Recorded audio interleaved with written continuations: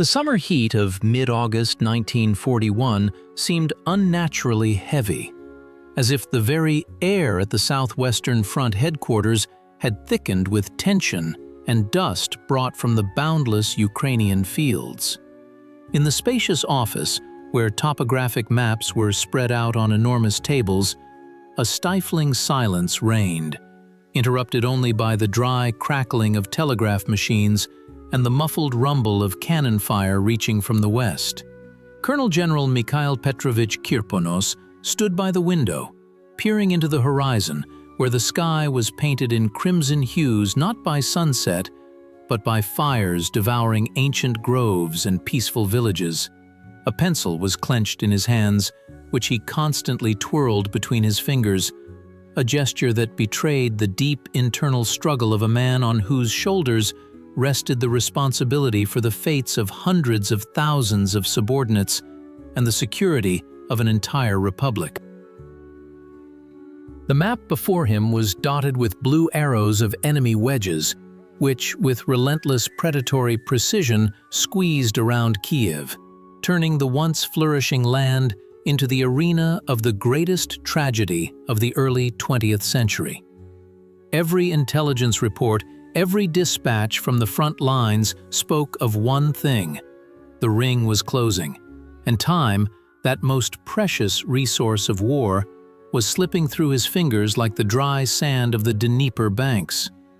To understand how one of the most promising military leaders of that time found himself at the epicenter of a catastrophe, one must go back to those days when peaceful life still seemed unshakable.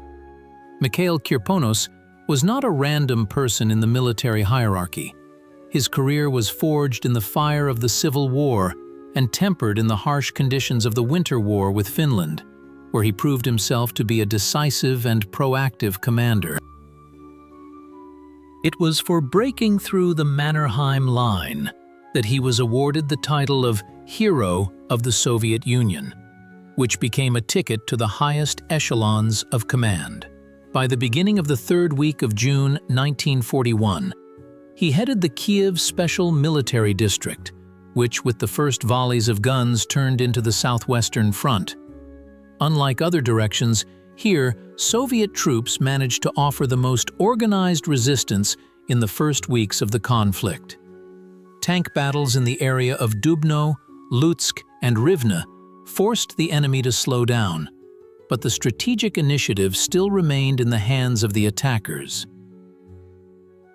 The enormous military machine of the Wehrmacht, honed in European campaigns, used tactics of deep encirclement, and while Kirponos's front held in the center, its flanks began to bend under the furious pressure of steel divisions.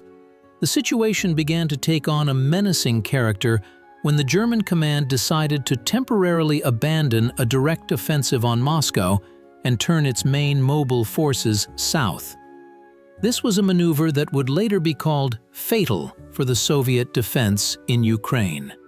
Guderian's 2nd Panzer Group began its movement from the north, while Kleist's 1st Panzer Group struck from the south, aiming to link up deep in the rear of the Southwestern Front. Kirponos faced a dilemma whose scale is difficult to overestimate: to continue holding Kiev, as demanded by the political will of the supreme leadership in Moscow, or to withdraw troops across the Dnieper, preserving the regular army for future battles. In the capital, every proposal for retreat was met with a categorical refusal. The logic of the High Command was based on the idea that Kiev was not just a city, but a powerful psychological and political bastion, whose fall could cause the collapse of the entire southern part of the country. The order, "not a step back," became the invisible wall against which the rational arguments of military strategists shattered. The external layer of the conflict manifested in the growing technical and tactical superiority of the enemy in maneuver warfare. German units utilized radio communication and coordination between aviation and tanks at a level that, in 1941, remained unattainable for many Soviet units. While Kirponos attempted to establish a rigid defensive line along riverbanks, his opponents found weak points, infiltrated the seams between armies, and cut off communications. Reports of enemy motorcyclists being spotted deep in the rear caused panic in headquarters, but the general tried to maintain an outward calm. However, beneath this calm lay the realization that his 5th, 37th, and 26th armies risked being caught in a gigantic pocket, the perimeter of which stretched for hundreds of kilometers. A massive concentration of people, equipment, and horses was tied to roads and river crossings, which were subjected to continuous airstrikes. Every decision regarding troop movement had to pass through a cumbersome system of approvals, which, in the context of a rapidly changing situation, rendered front command extremely unwieldy. The internal drama of Mikhail Kirponos lay in the clash between his professional duty and personal loyalty to the system.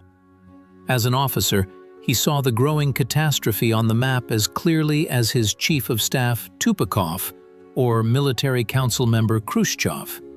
But he was overshadowed by the authority of Stalin, whose orders brooked no discussion. Kirponos was not a rebel. He was a product of his era, executive, disciplined, and infinitely loyal to party ideals. He was tormented by doubts. Was retreat a manifestation of cowardice or the highest act of military prudence? In those days, he barely slept. His face was drawn and his eyes were sunken. Those who saw him in September of '41 noted that the general had become taciturn and often plunged into heavy contemplation. He understood that every hour of delay in ordering a retreat claimed thousands of his soldiers' lives. But to decide to violate a direct order from Moscow meant an immediate accusation of treason, with all its ensuing consequences. It was a conflict between human conscience and the mechanism of power, where not only his own life, but also the existence of the entire southwestern front was at stake. The ideological conflict of the situation was rooted in the very philosophy of warfare of that time. Soviet doctrine presupposed conducting military operations on enemy territory and did not allow for the thought of large-scale retreats deep into its own country. This stance came into an insoluble contradiction with the reality of maneuver warfare in the mid-20th century. The idea that territory is more important than people became a fatal mistake. While German generals had a certain degree of freedom in making operational decisions on the ground, Soviet commanders were bound hand and foot by rigid centralization. Two systems of values clashed. One prioritized symbols and political prestige, the other, efficiency and results at any cost. In this confrontation, Kirponos found himself a hostage to a system that did not allow him to be flexible. The paradox was that, by trying to defend Kiev to the last possible moment, the command thereby doomed to destruction the very forces that could have defended the country in the future. By mid-September 1941, the situation had reached a point of no return. On September 14th, the encirclement ring closed near the town of Lokvitsa. This happened with frightening ordinariness. The advance units of two Wehrmacht tank groups met, shook hands, and set up roadblocks on the roads. For hundreds of thousands of Soviet soldiers, this meant transitioning into a new, terrifying state, existence inside a cauldron. Communication with the front headquarters became increasingly intermittent, and then disappeared altogether. At this moment, the very perception of reality transformed. If earlier Kirponos commanded a front, now he became the leader of a huge, disoriented mass of people striving to break out of the trap. The understanding that there would be no salvation from outside came too late. The last directives from the center still demanded that Kiev be held, when the city was already effectively cut off from the country's main forces. Only when the scale of the disaster became evident even in the Kremlin did a belated permission to retreat arrive, which could no longer be communicated to all units due to loss of control. The culmination of events unfolded in the wooded area and swamps near the Shumakovo Tract. The headquarters column of the Southwestern Front, in which Kirponos himself was located, tried to break through to the east through narrow corridors not yet fully occupied by the enemy. A huge crowd of senior officers, signalmen, and security soldiers became a target for artillery and aviation. Here, among the ravines and groves, ranks and titles disappeared. Only the will to preserve life and honor remained. General Kirponos, having changed his general's greatcoat for an ordinary soldier's jacket, personally participated in skirmishes, encouraging those who could still hold a weapon. In these last battles, all the tragic valor of the army was manifested. People, deprived of supplies, communication, and hope, went on attacks with only rifles against tanks. In one such combat engagement on September 20th, the general was severely wounded. His earthly journey ended in the shadow of old trees, amidst the roar of shells, at the very moment when the remnants of his front ceased organized resistance. This was the end not just of one person, but of an entire stage of the war, concluding with an unprecedented loss of personnel and equipment. The resonance of the Kiev catastrophe is felt in historical science to this day.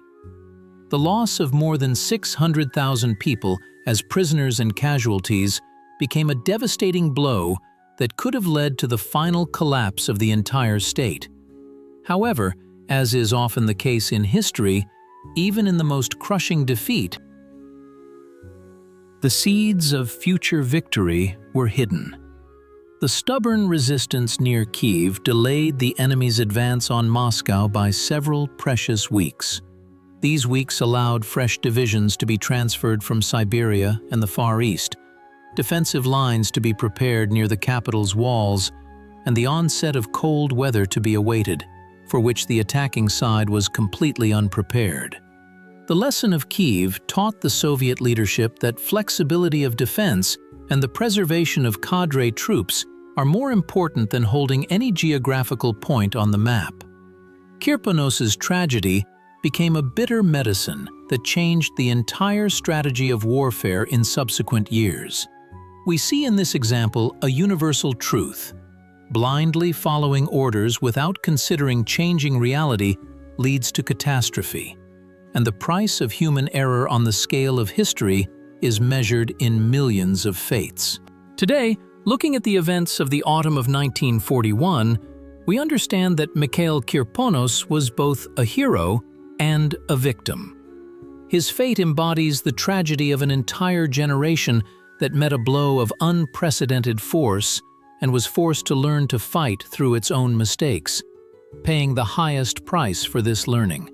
The void that formed in place of the Southwestern Front was filled by new armies, which a few years later would traverse the same path in reverse, but with different experience and different leaders. But that very pencil in the general's hands by the staff window and the shadows in the Shumakovo Tract will forever remain a reminder of how fragile peace is and how heavy the burden of responsibility is for choosing between duty and common sense. The Kiev catastrophe was not an inevitability. It was the result of a complex intertwining of personal ambitions, ideological dogmas, and objective circumstances, creating one of the saddest and at the same time most instructive narratives in human history. Reflecting on the significance of those days for the present, it is important to realize that history does not tolerate the subjunctive mood, but it demands deep understanding. We often seek simple answers to complex questions. Who is to blame? And could losses have been avoided? But reality is always more multifaceted than any scheme. The conflict of ideas that led to the demise of a vast army continues to exist in various forms even today. It is the eternal confrontation between rigid hierarchy and the necessity of personal initiative, between symbolism and pragmatism. In the modern world, where information spreads instantly, the lessons of crisis management learned from the events of 1941 remain relevant. They remind us of the importance of critical thinking, of the need to listen to those on the front lines, and that preserving human potential must always be a priority over any short-term political gains. When we return to the image of the general looking at the burning horizon, we see in him not just a historical figure, but a man caught in the epicenter of a storm. His silence in response to Moscow's fateful orders was not a sign of weakness, but a manifestation of that same tragic devotion that formed the core of his personality. But it was precisely this devotion that deprived him of the opportunity to save hundreds of thousands of lives. The return to the beginning of our narrative, to that very stuffy office in Kiev, now takes on a different meaning. We understand that every second of that August was filled not only with the sounds of war, but also with the invisible ticking of history's clock, counting down the last moments of the old world. The defeat at Kiev became the black hole through which the country passed to emerge from it renewed, brutal, but ultimately capable of turning the tide in this global struggle. The memory of the events in the Shumakovo Tract and the end of Mikhail Kirponos' life serves as an eternal warning. It is a story of how easy it is to lose everything if one does not have the courage to say no at the right moment, and how difficult it is to bear the burden of that choice through decades. The history of the Kiev cauldron is not only a chronicle of troop movements and names of settlements written in words on yellowed sheets of reports. It is, above all, the story of the human soul in conditions of extreme choice, a story of how principles can become shackles and duty a sentence. Concluding this long journey through the roads of 41, we close one of the darkest chapters but leave it open in our memory, so that never again will we allow numbers on maps to overshadow the living faces of people going into their last battle under the shade of ancient trees. When considering every aspect of those events in detail, one cannot help but notice how society itself transformed in response to such upheavals. The tragedy near Kiev caused a wave not only of sorrow, but also of unprecedented spiritual mobilization. People, learning about the loss of an entire front from the terse reports of the Sovinform Bureau, understood that the enemy was at the gates, and the price of defeat was the complete disappearance of their accustomed world. This resonance passed through every family, forcing everyone to ask themselves what they were willing to sacrifice for the common future. Here we see a transition from the individual drama of a commander to the collective feat of a people who, despite a catastrophic beginning, found the strength to reassemble reality and begin moving towards a turning point.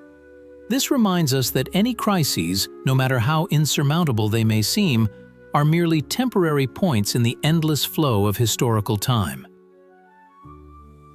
The impact of those events on military art was colossal. After 1941, the structure of command of Soviet troops gradually began to change. Officers of a new formation began to appear who valued maneuver above static defense and a soldier's life above the formal holding of a... The final period in this story will never be placed, as each new generation discovers its own facets within it. For some, it is a tale of betrayal of army interests. For others, it is about loyalty to duty until the very end. But for all of us, it is primarily a grand canvas of human will, confronted by inexorable fate. We depart from this narrative with a feeling of deep respect for the hundreds of thousands of people whose names remain unknown, but whose actions changed the course of world history. Their silent presence in the fields near Kiev is a guarantee that their sacrifice was not in vain. And when we next hear of the great battles of the past, we will remember not only the dry facts and dates written in words, but also that same hot August, the dust of the roads, and the gaze of a general who knew he was heading into eternity, but could not do otherwise. In this endless connection of times and destinies lies the true value of historical knowledge.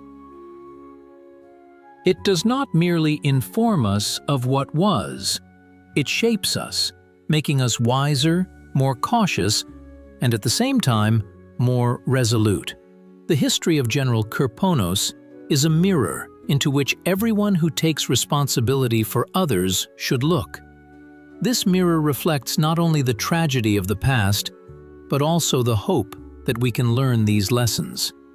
And let this narrative, devoid of sharp boundaries and divisions, remain in your memory as a single flow of life, which, despite all obstacles, continues its course, carrying within it the memory of great falls and no less great aspirations of the human spirit.